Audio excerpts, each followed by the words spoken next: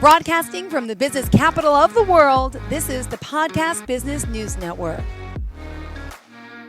Welcome back to the show. We are so excited to have our guest here today joining us. Yes, Teresa Fuller. We know her as Dr. T. She's an integrative holistic pediatrician. And again, the name of her business is called A Healthy Tomorrow. So, Dr. Teresa Fuller is here in the house today from Baltimore, Maryland, to discuss all that she does. And of course, her love of wellness and helping you individually into your family. She's also an author, and there's a lot to discuss today. And I'm excited to have her here in the Zoom. So, hello and welcome. How are you? Hello, Jill. I'm great. Great to see you. Great to be here. Ditto. Well, please introduce yourself. Tell us a little bit about what you do. I know it's a lot. We might need a few shows on this, but we. Sure. So I'm an integrative holistic pediatrician, and as such, I practice really trying to teach people how to get to the root causes of their illness. We're seeing a lot of illness today. We're seeing a lot of illness in children. Of course, I feel like my role is not just to deal with children because the adults in their lives have to be healthy as well. Yeah. But my main focus is the children. And Yeah. so we're seeing a lot of problems with rising rates of chronic disease in children and adults. We're seeing rising rates of mental health illness, rising rates of obesity. And because of that, I created an organization called A Healthy Tomorrow. And one of the main purposes of that is to really teach people how to get well and stay well, how to lose weight, how to prevent disease, how to reverse disease. Hmm. Oftentimes, what happens in the doctor's office is that we have precious little time to talk about these things. So We true. have, yeah, we have, maybe a 20-minute visit. And in that time, we have to address a lot of things. And we have a couple of minutes to talk about Yeah. diet, exercise, other kinds of lifestyle factors that really impact health. And so I created A Healthy Tomorrow to really be able to get out into the community and let people know, in forums where we have a lot more time, where we can really go into detail. So I go out to businesses and schools and churches, anyone who will have me Hmm. to talk to their constituents about how to get healthy, and that's the purpose. But yeah, we really have to start addressing Yeah. these. And I guess I shouldn't say start, but we really need to address what is impacting our health right now. Well, thank you. And I know you're an advocate for this, Dr. T. Could you just tell us a little bit about your book, too? And before I know we're going to get into media and how that's affecting us all, but tell us about your book, too. Sure, great. So I wrote a book called Change One Thing. The subtitle is A Doctor's Plan for Permanent Weight Loss, Disease Prevention, and Incredible Health. And the purpose of the book is really to be an overview to look at almost, I think it's very comprehensive. I would say almost every aspect of health in order to give you strategies to to do those things, to lose weight, because many people, that is their goal, is to lose some weight, and also to prevent disease, and to really experience that kind of health that you want to experience. There's a lot of people who are just tired. They may not have a disease, but they're feeling tired. They're feeling unmotivated, feeling achy, whatever it is. And so, really, we're trying to get to the root cause of this. It's called Change One Thing because every month, the idea is over 12 months that you will completely change your lifestyle. So, every month, I give you a challenge. It's a particular focus that you want to do for your health. It's simple, doable, in a matter of those 30 days. Because the idea is that it takes about 21 days to establish a habit. So I give you a month to establish one habit. You establish that and then you move on to the next one. And it's a series of 12. So that by the end of 1 year, you will have completely changed your lifestyle. And Wow. that's the purpose of the book. It was originally written in 2012, but I have just updated it. Literally just releasing it on Amazon now. I think it's going to be in a couple of days. It's actually going to be up for order. So I'm Oh pretty my goodness. excited. When you go to Amazon now, you will see the original, but that is no longer in print because I needed to update it. It's been 12 years. New things are happening, new statistics, and I added a over 50 and over category for each chapter. So we talk about some of the challenges that we face when we're over 50 and how to uh, adjust those habits for our age group as well. So it's from children all the way through Mm-hmm. older age.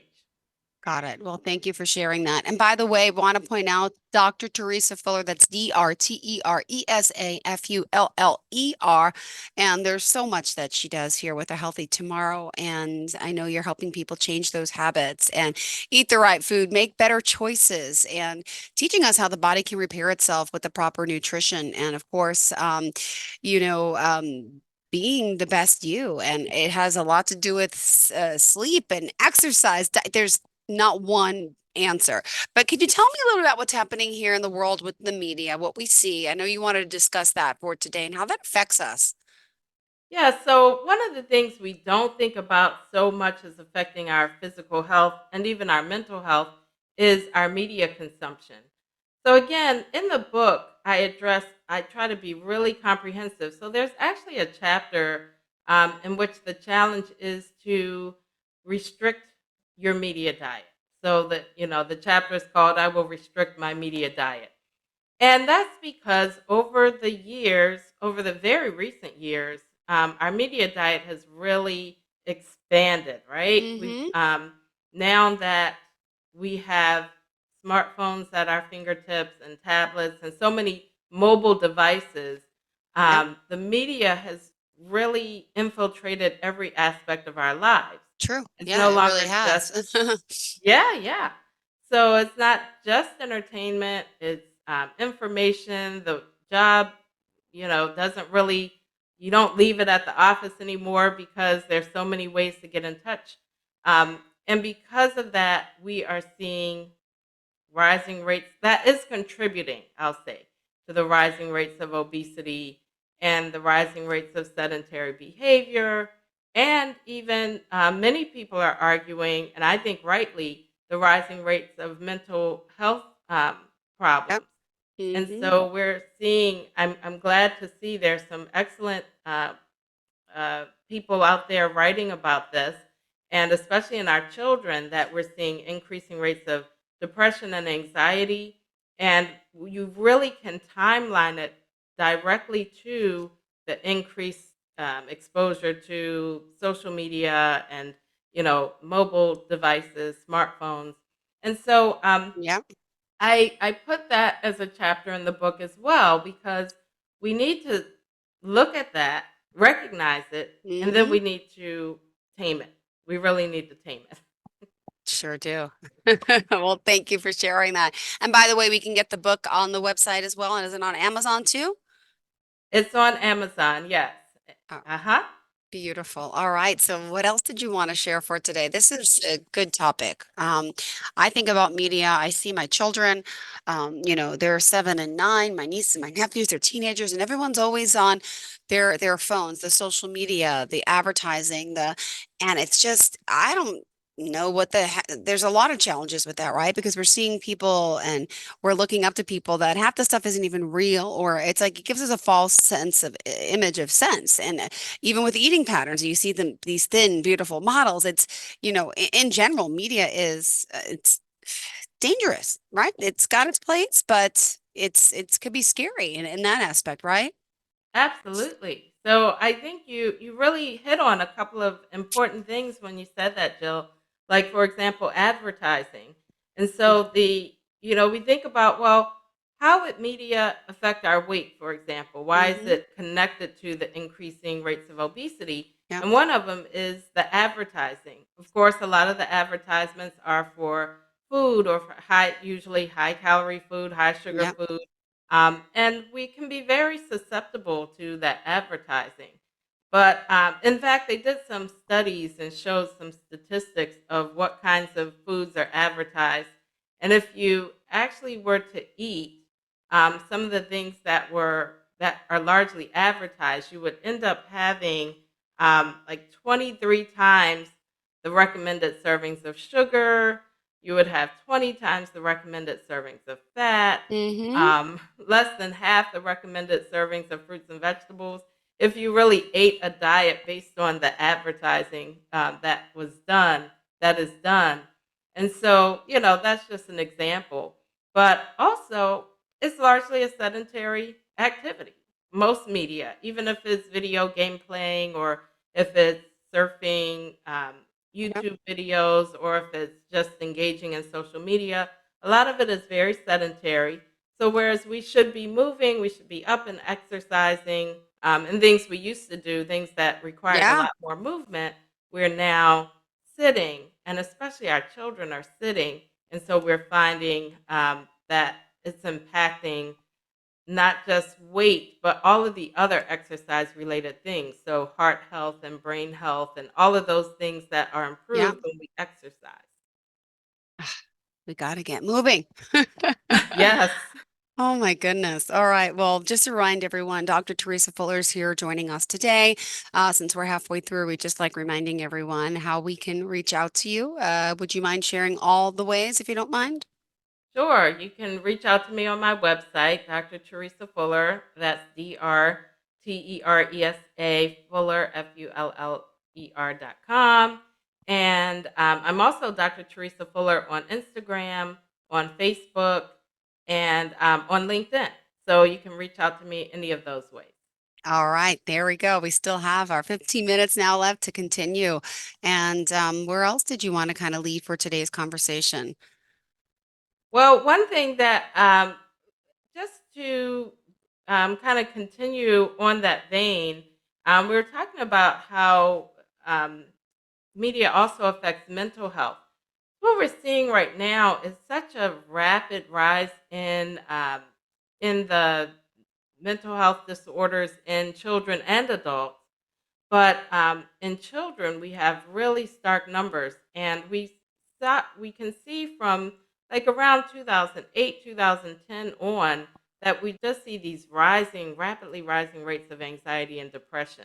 Yeah. And so, why would that be? I think part of it is as we are finding kids spending more time on screens, the anxiety especially is related to that because part of it is the comparison. And you touched on that, Jill, in your comments that you're Mm, comparing yourself to a lot of things that aren't real or a lot totally. of things that look much better than you. You're looking at people who you think look better than you, or you're subject to cyberbullying. Criticism and bullying. Yeah, that's another Lot one.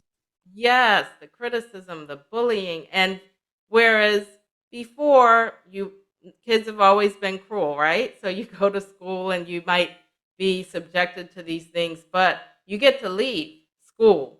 But on the internet, even though there's the choice to leave, and I talk to patients about this, but oftentimes they still feel kind of drawn. They're in that world, and so they're seeing it all during, all the evening hours, nighttime hours when they're on these screens. And so that is causing rising rates of anxiety. I know there are some critics out there who say, oh, we're overreacting. This is just another form of media like television, like radio. But it really isn't. It really is different. I think while that isn't something that I have studied in depth for I've done some of the research, but there are people out there who have done intensive research, and I've looked at their materials, and I think the case is made really well. And so, the point of all of this is parents are seeing it, everybody's seeing it, teachers are seeing it. We know there's a problem with mental health. And we know also that our children are spending too much time on uh, social media and media in general. And therefore, what I really want to encourage us to do is to restrict that. We've actually had a recommendation for years. The American Academy of Pediatrics recommends 2 hours or less of screen time for Wow. kids Mm-hmm. 2 and over. And under two, really, they don't need screens at all. And Mm-mm. so we're nowhere near that. The average child is spending 5 to 6 to 7 hours on screens every day. And I'm not talking about school. I mean, just that non-school related screen time. And so we're way beyond the numbers that are safe, that are, healthy. And if we can start to restrict that, and, what I tell parents is we're not just talking about saying, okay, screen time's over, then what am I supposed to do? What's the mom supposed to do? Uh-huh. I really try to tell them that's because they need to do these other things. They need to exercise. They need to hang out with their friends. They need to play games. They need to have hobbies. They need to have chores, responsibilities. So all of that, those completing the other aspects of childhood, and just you know humanhood. It doesn't. It's So true. just not. Humanhood. I love that. It's true. Yes, yes. Not just children. Absolutely. Ah, well, Dr. Teresa Fuller, I mean, I don't know how you do it all. Right? Just a little of your background for new timers. And it's our first Zoom. Tell us a little bit about, your practice and then how you, in the medical field to the holistic side too. Could you just share that experience for us? And, it's good to have you here on video today. I want everyone to know. Sure. Yeah, when I started out, went to medical school and did my residency in pediatrics, and I was pretty much, I actually started out in more like emergency pediatrics, and I was doing pretty traditional medicine. But what I started to find is that, well, actually, back up a little bit, the way it really started that I got into holistic health was more a personal journey. I was seeing, issues with my patients, but I was also having some medical issues. I was, just gradually increasing my weight unexpectedly. I was having some aches and pains, like a really painful foot condition called plantar fasciitis, which some people may be able to relate to. I was just dealing with some of those kind of mild, yeah, nothing terrible, but just some clear changes in my health. And I happened to attend a seminar about about doing three things for your health. It was about Okay. eating right, exercising, and detoxing. And even though I was a physician, I really didn't know what it meant to eat right. I mean, I had a vague idea. Didn't know how strongly diet was related to health either. And so I started to delve into it. And the more I started looking into the information, the research, I was pretty fascinated. I started making some changes in just my diet, and I saw the changes were so rapid. My weight loss, the extra pounds, the 30 extra pounds came off in a matter of 3 to 4 months.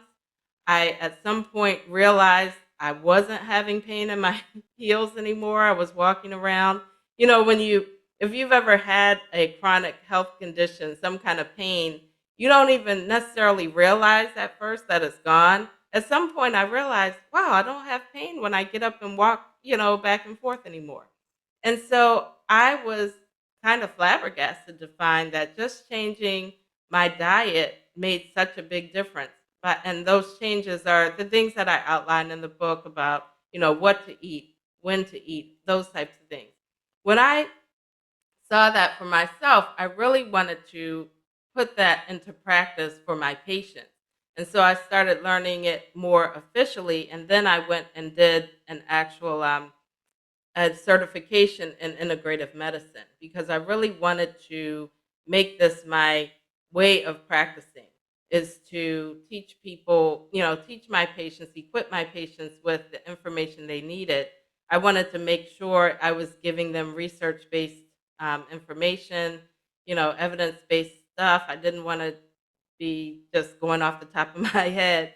So that's why I've really researched it to find out what are we talking about as far as what is a healthy way of eating? What types of exercise? Why do we need exercise? What does it matter what time we eat? Does it matter? And then other things like sleep and like we're talking about today, media, like stress. All of those are part of a healthy lifestyle. And all of those are what are contributing to our rapidly changing health problems. So I wanted to cover it all. And, I looked into each one, and that's why the book is so comprehensive to touch on each one of these and give you the strategies of how to do this.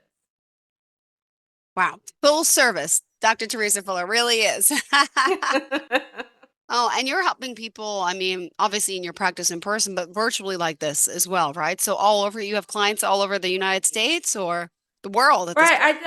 I don't do individual clients outside of my practice, but what I do out through A Healthy Tomorrow is the group things like either virtual seminars, conferences, and workshops or in person. I do like to go in person where we can really take some time, take a few hours and work through all of this and we can talk about those strategies. I like to make it very practical so that when you leave, you really know what to do. Um, you have a really good baseline and that can be followed up with your physician or a health coach or something like that, but that's what I do through A Healthy Tomorrow because the problem is there's just not enough time in a short doctor's visit to really drill down into, how to eat, specifically what types of things should I eat, what should I avoid, how do I detox? In fact, when I was on the first time I heard about some of this information, I was with my family. And after the seminar, my sisters were asking me, well, what does it mean to detox? And Yeah. I didn't really know. I learned all about that. So, just we really want to make it practical and easy for people to do. All right. Well, thank you. Clearly you do. And with a healthy tomorrow, just want to point out on the website, great testimonials about the people you work with and any stories that you want to share about some of the people you've helped. Oh, that's a good question. Well, I can think of someone in particular, and actually, this was an adult, and again, even though I don't usually do things individually, I was working with her kind of individually, and she was dealing with diabetes, Okay. very common, right? Type 2 diabetes. Getting older, a lot of people are diagnosed. I think the statistics right now is at least a third of Americans have pre-diabetes, and so and then a large subset have diabetes. So she was dealing with diabetes, and so we talked about specifically what to eat and what to cut out. One thing that really will help people, and I've started learning how to ask this of my patients because a lot of times I would say, "Well, tell me what you eat."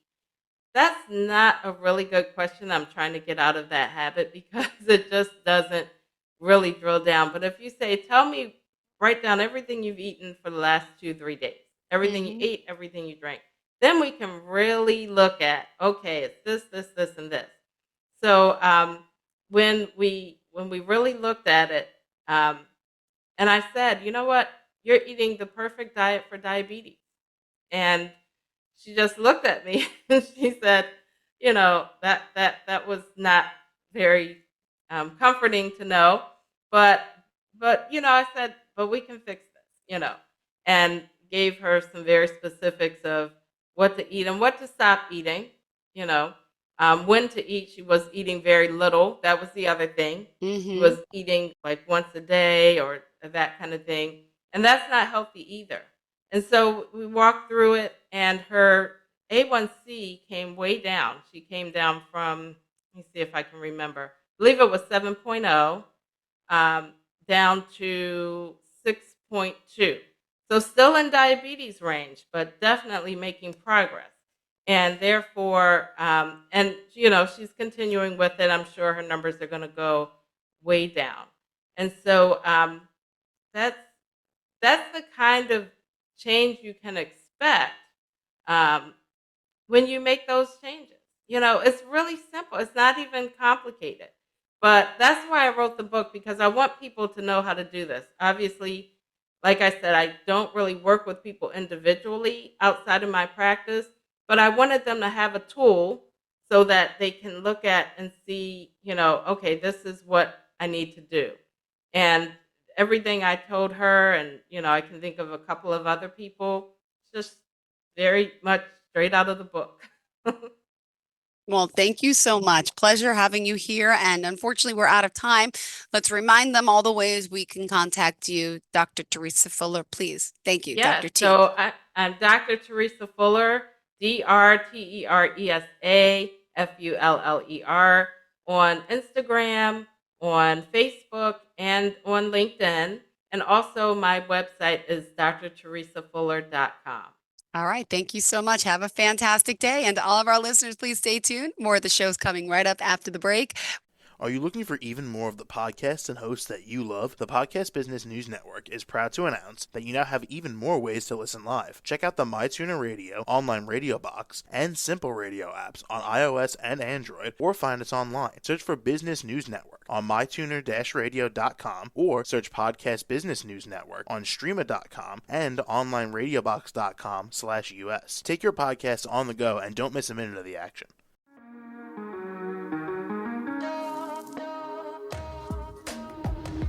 Broadcasting from the business capital of the world, this is the Podcast Business News Network.